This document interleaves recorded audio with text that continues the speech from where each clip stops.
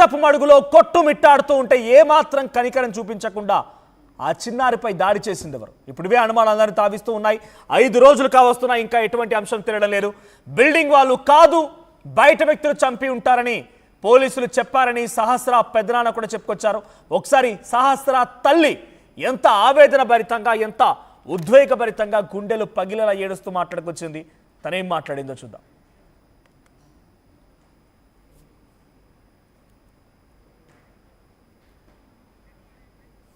వరకు ఇప్పుడు మండే జరిగింది సిచ్యువేషన్. మండే ఎప్పుడు జరిగింది? మండే మేము 12:30కి అలా చూసాము. అప్పటి నుంచి కూడా ఏం చెప్పట్లేరు. అసలు ఎందుకు చెప్పట్లేరు? ఇన్ని కేసులు డీల్ చేసిన వాళ్ళు ఇది ఎందుకు అవ్వట్లేదు? అదే మాకు అర్థం కావట్లేదు. అసలు నా పిల్లని అంతగా నేను చంపాల్సిన అవసరం ఏముంటుందండి? అంత ఘోరం. ఎవరితో గొడవలు లేవండి మాకు. మేము ఎవరితో గొడవ పడలేము. మా పని మాకుంది.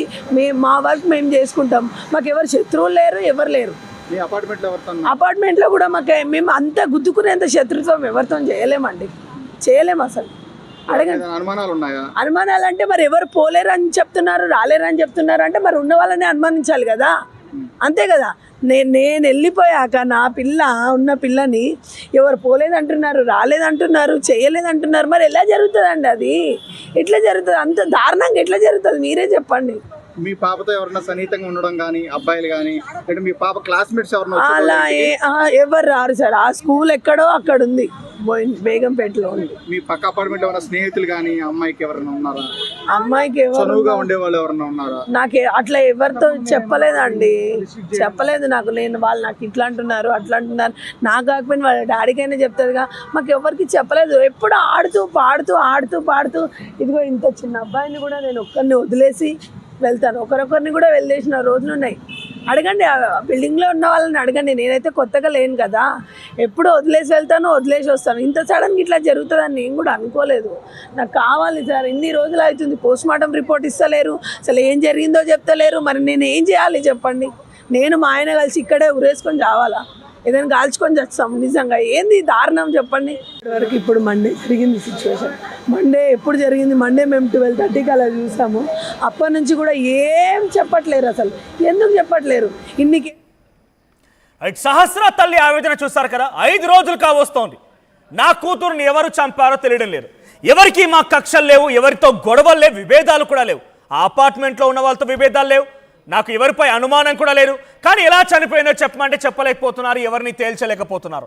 ఇక్కడ సహస్ర అటువంటి ఆ 10-12 ఏళ్ల చిన్నారిని ఎందుకు చంపాల్సి వచ్చింది? ఇది ఫస్ట్ పాయింట్. మోటో ఏంటి? ఎవరు చంపారు అనే దానికంటే కూడా అక్కడ మోటో ఏంటి? తన పైన క్షుద్ర పూజలు లాంటివి జరిగాయా?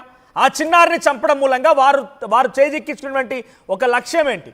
ఇక్కడ చివరిగా నా కూతుర్ని వదిలేసి నేను పనికి వెళ్తే నేను వచ్చి చూసేసరికల్లా ఈ ఘోరమైనటువంటి స్థితిలో నా కూతురు పడి ఉంది. సో ఇప్పుడు నేనేం చేయలేకపోతున్నానని చెప్పి ఆ తల్లి చెప్తోంది. ఇప్పటికైనా పోలీసులు పోస్ట్మార్టం రిపోర్ట్ అని ఇవ్వండి, లేదంటే ఎవరు చంపారో చెప్పండి, లేకపోతే మా భర్త ఇద్దరం కలిసి ఇక్కడే ఉరివేసుకొని బలవన్మరణానికి పాల్పడతామని చెప్పి ఆ సదరు తల్లి ఆవేదన వ్యక్తం చేస్తోంది. ఒకసారి తండ్రి కూడా మాట్లాడాడు. సహస్ర తండ్రి ఏం మాట్లాడాడో చూద్దాం. ఆ రోజు మార్నింగ్ నేను ఒకటేసారి బయటికి వెళ్ళాము, జాబ్కి వెళ్ళామండి. 8:45కి అట్లా. మా బాబు 8:30కి స్కూల్కి వెళ్ళాడు. టిఫిన్ తీసుకెళ్ళమని చెప్పి మా భార్య చెప్పింది మా పాపకు. నేను కూడా అదే చెప్పిన. స్నానం చక్కగా చేయలేదని చెప్పి మళ్ళీ రెండోసారి స్నానం గదిలోకి వెళ్ళింది. డోర్ లేదు, డోర్ ఓపెన్నే ఉండే. నేను సరే అనేసి వెళ్ళిపోయినాం. మేము వెళ్ళిపోయినాక 10:30కి నేను అసలు యాక్చువల్గా ఇంటికాడ ఒక వెహికల్ ఉంది, ఆ వెహికల్ తీసుకెళ్దామని చెప్పి నేను 12-12:30 కల్లా ముసాఫిర్ బ్రిడ్జి దిగుతున్నాను. ఆ స్కూల్ టీచర్, మా బాబు వాళ్ళ స్కూల్ టీచర్ ఫోన్ చేసింది. నేను టిఫిన్ రాలేదు అని చెప్తేనే ఆ టిఫిన్ కోసం నేను మళ్ళీ మా భార్యకి ఫోన్ చేసిన. టిఫిన్కే తీసుకెళ్ళలేదంటే ఆమె ఏం చేస్తుంది చూడంటే, ఆ ప్రియాంక అనే అమ్మాయికి ఫోన్ చేసి ఆమె పైకి వచ్చి చూసి గొల్లెం ఉంది, ఎక్కడ ఆడుకుంటుందో తెలియదక్క అని చెప్పి ఆమె ఫోన్ మళ్ళీ కిందికి వెళ్ళిపోయి డోర్ వేసుకుందంట. నేను వచ్చేసరికి డోర్ వేసి ఉండేది. ఆ డోర్ వేసి ఉన్నప్పుడు నేను పిలిచిన మా పాపని. పిలిస్తే అసలు ఏంది అక్కడ ఎవరు కనిపించట్లేదు, పలుకుతలేదు అని చెప్పి నేను మళ్ళీ డోర్ ఓపెన్ చేసేసరికి రైట్ సైడ్లో మంచం మీద పడి ఉన్నది, ఆమె పడుకొని ఉన్నది. అదే ఆమె వాళ్ళకి ఏం క్లూ దొరకట్లేదంట సార్. వాళ్ళకి క్లూ దొరకట్లేదంట. వాళ్ళు నన్ను అడుగుతున్నారు, నీకేమన్నా తెలిసి ఉంటే చెప్పు, నీకు తెలిసి ఉంటే చెప్పు. నేను అంత పెద్ద కొట్లాడేంత ఆలోచన ఎవరికి నాకైతే లేదు. మరి ఎన్ని రోజుల నుంచి నా మీద పగబెట్టుకొని నన్ను ఫాలో చేసి నా పాపని ఇట్లా దారుణంగా చంపారంటే అతను దొరకాలనే చూస్తున్నా. వాడు దొరికినాక వాడిని అడగాలనే నా కసి, నా కడుపుమంటే అదే, ఇంకేం లేదు. అదే నేను నిన్న రాత్రి చూసిన ఆ ఫుటేజ్. నాకు ఇంతవరకు నా మైండ్ పనిచేయట్లేదు. అసలు ఏంది అంత సహకరిస్తున్నారు ఆయనకు.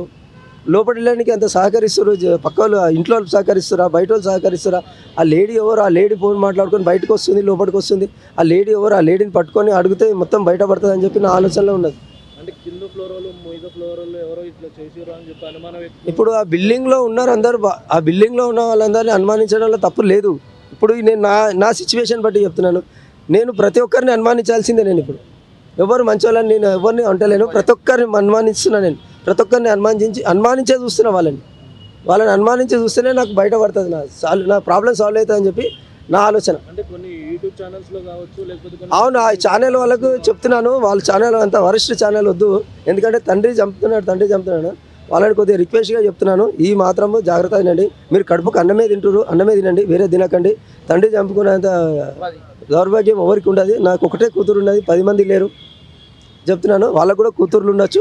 వాళ్ళు చంపుకుంటారో నాకు సంబంధం లేదు. నేను మాత్రం నా కూతురిని అల్లార ముద్దుగా పెంచుకున్నాను. అదొకటి గుర్తుపెట్టుకోండి.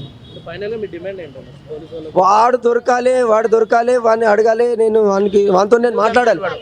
నేను వానితో మాట్లాడితేనే నాకు కడుపు మంట చల్లారుతుంది. అంతే. నాకు వేరే వద్దు సార్. నాకు వానితో మాట్లాడాలని ఆశ.